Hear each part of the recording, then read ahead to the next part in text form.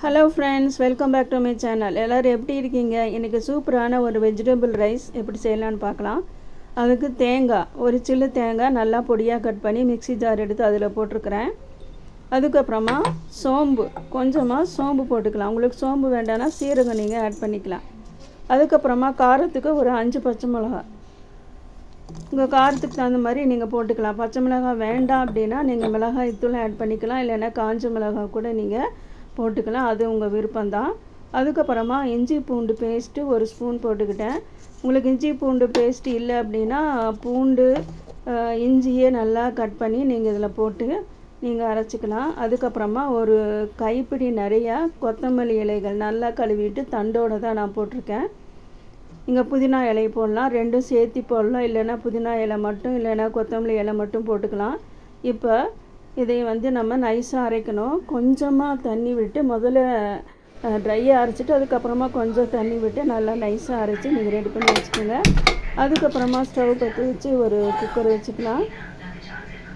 Cooker heat ஆனதும் oil ஊற்றிக்கலாம். நான் சன்ஃப்ளவர் ஆயில் தான் ஊற்றுறேன். டெய்லி குழம்பு வைக்கிறது என்ன குழம்பு வைக்கிறேன்னு யோசிச்சுட்டே இருப்போம். அது மாதிரி சமயத்தில் இது மாதிரி ஒரு வெஜிடபிள் ரைஸ் செஞ்சு கொடுங்க, ரொம்ப சூப்பர் டேஸ்ட்டாக இருக்கும். இப்போ நம்ம பிரியாணிக்கு போகிற ஸ்பைசஸ் எல்லாம் போட்டுக்கலாம். பிரியாணி இலை போட்டாச்சு, பட்டை போட்டாச்சு, ஏலக்காய் ஒன்று போட்டாச்சு. நான் அரைக்கும் போதே ஒரு ஏலக்காய் போட்டு எப்போவுமே நான் அரைச்சிடுவேன், அப்போ தான் நல்லாயிருக்கும். நீங்களும் அது மாதிரி செஞ்சு பாருங்கள். அதுக்கப்புறமா நீளவாக்கில் கட் பண்ண ஒரு பெரிய வெங்காயம் அதையும் போட்டுடலாம். போட்டு 2 லவங்கம் அதையும் போட்டுடலாம். இது நல்லா எண்ணெயிலேயே நல்லா ஃப்ரை ஆகட்டும். அதுக்கப்புறமா காய்கறிகள், உங்கள் வீட்டில் என்ன காய்கறி இருக்கோ அது போட்டுக்கலாம். பீன்ஸ் போடலாம், பட்டாணி போடலாம், மீல் மேக்கர் போடலாம். நான் கேரட்டும் உருளைக்கிழங்கு மட்டும் போட்டிருக்கேன். இது நல்லா எண்ணெயில் வதக்கிடலாம்.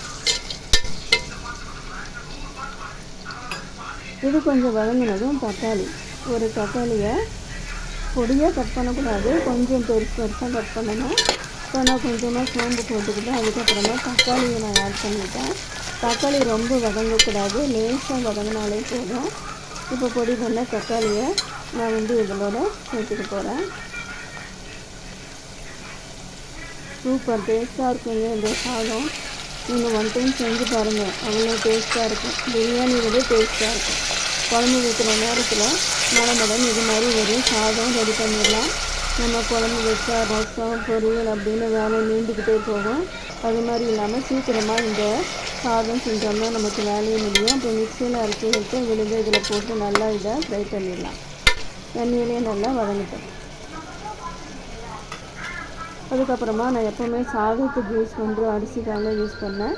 இந்த டம்ளரில் தான் ஒரு டம்ளர் களை தட்டி நான் எடுத்தேன். அதுக்கு 2 டம்ளர் தண்ணி நான் ரெடி பண்ணி நான் ஊற்றி வச்சுருக்கேன்.